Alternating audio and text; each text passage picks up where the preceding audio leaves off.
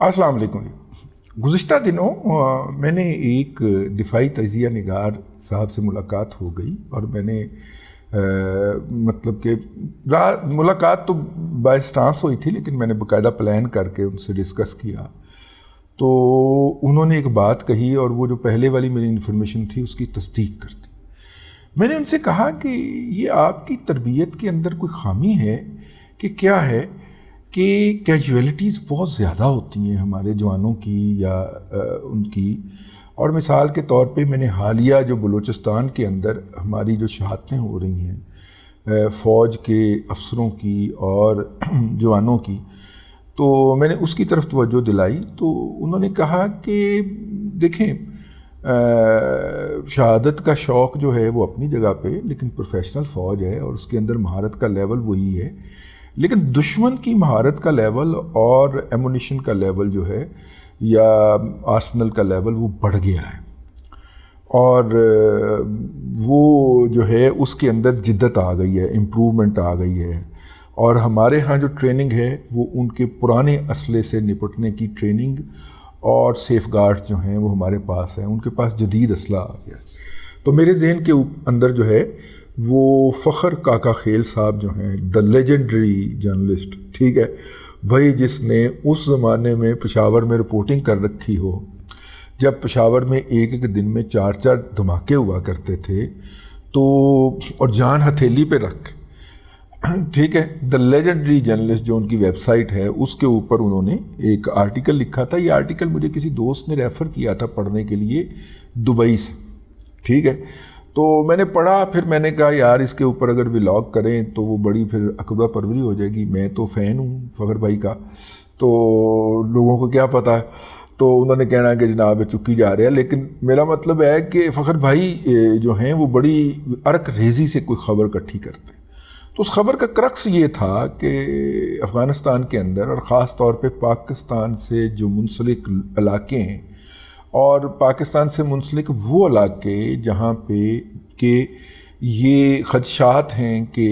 T T P کے لوگ پائے جاتے ہیں، یا وہاں پہ عام بازاروں کے اندر وہ لوگ چلتے پھرتے خرید و فروخت کرتے کھاتے پیتے نظر آتے ہیں، وہاں پہ اس وقت وہ اسلحہ جو کہ امریکہ جالتے ہوئے چھوڑ گئے تھے اس کی بہتات اور سستے داموں دستیابی جو ہے وہ ہو رہی ہے۔ اچھا، ایک تو بات آپ یہ ذہن میں رکھیے کہ افغانستان کے اندر امریکی جاتے ہوئے کوئی یہ نہیں کر کے گئے کہ انہوں نے اسلحہ جو ہے وہ ایک بہت سارے بڑے کمپاؤنڈ کے اندر بند کیا ہو اور باہر سے تالا لگا دیا ہو اور طالبان کے حوالے چابی کر کے گئے ہوں۔ ٹھیک ہے، ان کے کچھ ایمونیشن کے ڈپو ہوں گے، ان ایمونیشن کے ڈپوز جو ہیں ان کے اندر سے جو وہ موسٹ امپورٹنٹ اسلحہ ہوگا وہ انہوں نے موو کر دیا ہوگا، جو بم شم ہوں گے جو وہ موو کر سکتے ہوں گے یا لے جا سکتے ہوں گے وہ بم کر دیے ہوں گے، باقیوں کو انہوں نے تباہ کر دیا ہوگا، ٹھیک ہے۔ اچھا، جب انہوں نے باقیوں کو تباہ کر دیا ہوگا یا تباہ کرنے کی کوشش ہوگی، جیسے دیکھیں نا انہوں نے جو طیارے جو تھے وہ پکے سے چلنے والے جو جہاز ہوتے ہیں وہ انہوں نے جنگی طیارے بنا رکھے تھے نا، افغانستان کو برازیل سے خرید کے دیے تھے امریکنز نے، ٹھیک ہے، پتہ نہیں ٹیکنو کس طرح کا نام ہے ان کا، وہ طیارے خرید کے دیے تھے، ان کے ذریعے وہ پہاڑیوں کے اوپر اڑتے پھرتے تھے اور وہاں پہ بمباری شمباری کیا کرتے تھے۔ یعنی انہوں نے کوئی F-16 یا F-18 یا اس طرح کا کوئی طیارہ دیتا نا، ان کو بیچاروں کو وہ پری ہسٹری دور کے اندر جاتے ہوئے ان طیاروں کے بھی ڈیش بورڈ نکال کے تباہ کر گئے، ان کی ونڈ سکرینیں توڑ گئے، ان کے پکھے ونگے کر گئے، جو کچھ بھی کر سکتے تھے کر گئے۔ اور اب طالبان نے جو ہے وہ آپ دیکھیں وہ کتنے بڑے مکینک نکلے ہیں کہ انہوں نے ان کی ساری خرابیاں جو تھیں اس کو امپروو کر کے دور کر کے تو وہ طیاروں کو اڑنے کے قابل بنا لیا۔ وہ مکینک جو وہاں سے بھاگ گئے تھے ان کو وہ واپس لے کے آئے ہیں، ڈبل تنخواہوں کے اوپر سیکیورٹی کی گارنٹی اور جان کی امان دے کے ان کو کام پہ لگایا ہے، انہوں نے اس میں سے کئی طیارے بحال کر دیے ہیں۔ اسی طرح یہ اسلحہ اگر وہ جاتے ہوئے ضائع کر گئے ہوں گے، کوئی کسی بندوق کا ٹریگر توڑ گیا ہوگا، کوئی کسی بندوق کی نالی تو خیر نہیں ٹوٹ سکتی اس اتنی جلدی کے اندر، لیکن باقی کو خرابی پیدا کر گیا ہوگا تو انہوں نے وہ خرابیاں دور کر لی ہوں گی، تو اب وہ ابینڈنٹلی اسلحہ ان کو دستیاب ہو گیا ہوگا۔ طالبان کے مکمل ٹیک اوور کرنے سے پہلے ملک کے اندر کم از کم 96 گھنٹے لوٹ مار بھی ہوئی تھی مختلف ایسی جگہ کے اوپر، خاص طور پہ کابل کے نواح میں اور وہ جو ہے قندھار کے ارد گرد جو لوٹ مار ہوئی ہے مختلف امریکی انسٹالیشن کے اندر، تو وہاں سے بھی جو اسلحے کی لوٹ مار ہوئی ہے وہ اسلحہ بھی تو کسی کے ہاتھ لگا ہوگا، اور اگر کوئی جو ہے وہ بھوکا مر رہا ہو تو وہ اپنا اسلحہ بیچ دے گا، تو وہ کسی نے کسی کو اسلحہ وہاں پہ بیچ دیا ہوگا، تو وہ اتنا سستا بکا ہے کہ نائٹ گوگل جو ہے وہ 500 روپے کی مل رہی ہے وہاں پہ ننگرہار کے اندر۔ یہ فخر کاکا خیل کی سٹوری میں تھا۔ اس طرح انہوں نے بتایا کہ کس طرح افغانستان میں جب وہ اسلحہ جو ہے اس کی خرید و فروخت ہو جاتی ہے، سودا ہو جاتا ہے، تو پھر وہ پاکستان میں کن کن رستوں سے آتا ہے، ٹھیک ہے، اور وہ پھر جناب ڈیلیوری تک کی وہ گارنٹی کرتے ہیں۔ اور آج کل آپ کو پتہ ہے کہ افغانستان سے بہت زیادہ کوئلہ ہم جو ہے وہ ان کے مختلف جگہوں سے درآمد کرتے ہوئے پائے جاتے ہیں۔ اب کنٹری کو وہ کوئلہ جو ہے وہ سستا پڑتا ہے کیونکہ اس کے اوپر اس کی ڈیلیوری جلدی ہو جاتی ہے۔ جب امپورٹڈ کوئلہ آتا ہے تو پہلے وہ کوئلہ آنا ہوتا ہے، پھر وہ مطلب کہ کراچی میں اترنا ہوتا ہے، پھر اس نے دوبارہ جناب کنٹینر پہ وہ اپنے ٹرالر پہ یا پھر ٹرین میں بیٹھ کے پھر وہاں پہ پہنچنا ہے، تو ڈیڑھ مہینہ لگ جاتا ہے۔ ادھر آپ افغانیوں کے ساتھ طے کریں تو 3 دن کے اندر وہ ڈیلیوری دے دیتے ہیں، تو ریٹ وہ ویسے ہم سے انٹرنیشنلی لیتے ہیں، ٹھیک ہے، تو وہ ہمیں ریٹ وہی لیتے ہیں جو ہمیں کراچی کے راستے امپورٹڈ کا پڑتا ہے۔ پختون بہت چلاک آدمی ہے، پختون بہت چلاک ہے، زیادہ سے زیادہ فرق پر ڈالیں تو 3 سے 5% کا فرق ڈالتے ہیں، اور ان کا کوئلہ بھی ظاہر ہے کہ 19-20 کے ساتھ اسی کوالٹی کا ہے جو کہ امپورٹڈ کیا نام ہے انڈونیشیا کا کوئلہ ہے، ٹھیک ہے۔ تو میرا مطلب ہے کہ اگر کوئلے کا ایک بہت بڑا ٹرالر جو ہے، ٹھیک ہے، کوئلے کا آپ کو پتہ نا کس طرح ترسیل ہوتی ہے، اس کے اندر اگر 4 سنائپر گنیں جو ہیں وہ اس کے اندر دفن کر کے آ جاتی ہیں، تو یہاں پہ کس نے دھیان کرنا ہوتا ہے؟ یہاں پہ تو یہ وصول کر کے تو ٹرک آنے کی اجازت دے دی جاتی ہے، ٹھیک ہے، تو کتنا کو مشکل ہو سکتا ہے۔ تو بٹوین دی لائن یہ انہوں نے براہ راست نہیں لکھا، اس نے بھی پاکستان میں اور پشاور میں رہنا ہے، فخر کاکا خیل نے بھی، تو یہ تو میں آپ کو اپنی انفارمیشن اس میں بتا رہا ہوں کہ وہ جو دھڑا دھڑ وہاں سے روزانہ کی بنیاد کے اوپر سینکڑوں کنٹینر تو نہیں تو اگر 20 کنٹینر ان کے جو کوئلے کے آتے ہیں، تو اس میں سے کسی سے بھی بھیجا جا سکتا ہے نا یار، ہم تو مجبوری کے تحت امپورٹ کر رہے ہیں، لیکن یہ ہو رہا ہے۔ اور اس کے باعث وہ پھر فل فلیج ہائی ٹیک سنائپر گنیں آپ کے پاس ہوں، نائٹ ویژن گوگلز یعنی کہ رات کو دیکھنے والی اینکیں آپ کے پاس دستیاب ہوں، اور سنائپر گنز جو ہوتی ہے وہ کمپیوٹرائزڈ ہوتی ہے اور وہ نشانہ بھی بڑا ٹھیک لیتی ہے۔ تو ایسی صورت کے اندر جب اتنا جدید اسلحہ ہو اور پھر آپ بیٹھے بھی ارد گرد پہاڑوں کے اوپر محفوظ مقام پہ ہوں، تو آپ سے تو زیادہ لیتھل کوئی ہو ہی نہیں سکتا۔ تو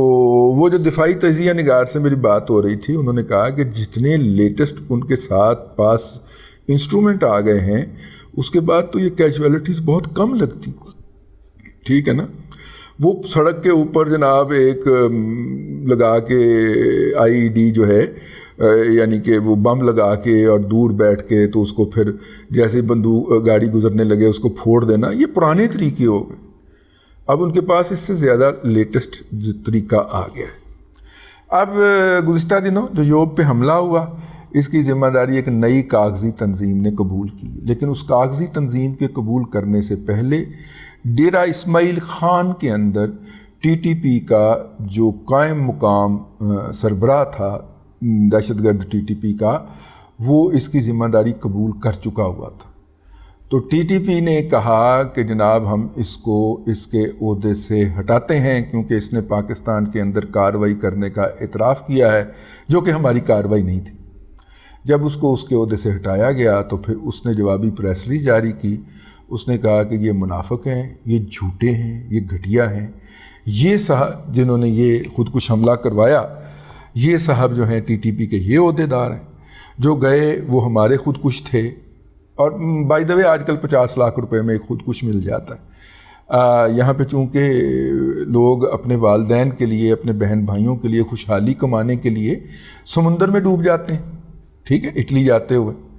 یہاں پہ اپنی جان دے دینا کہ میرے باپ کو 1 کروڑ روپیہ مل جائے گا، یہاں پہ جو محبت پائی جاتی ہے ماں باپ کے لیے اور قربان ہونے کا جو جذبہ پایا جاتا ہے، اس کے اندر یہ عین ممکن ہے.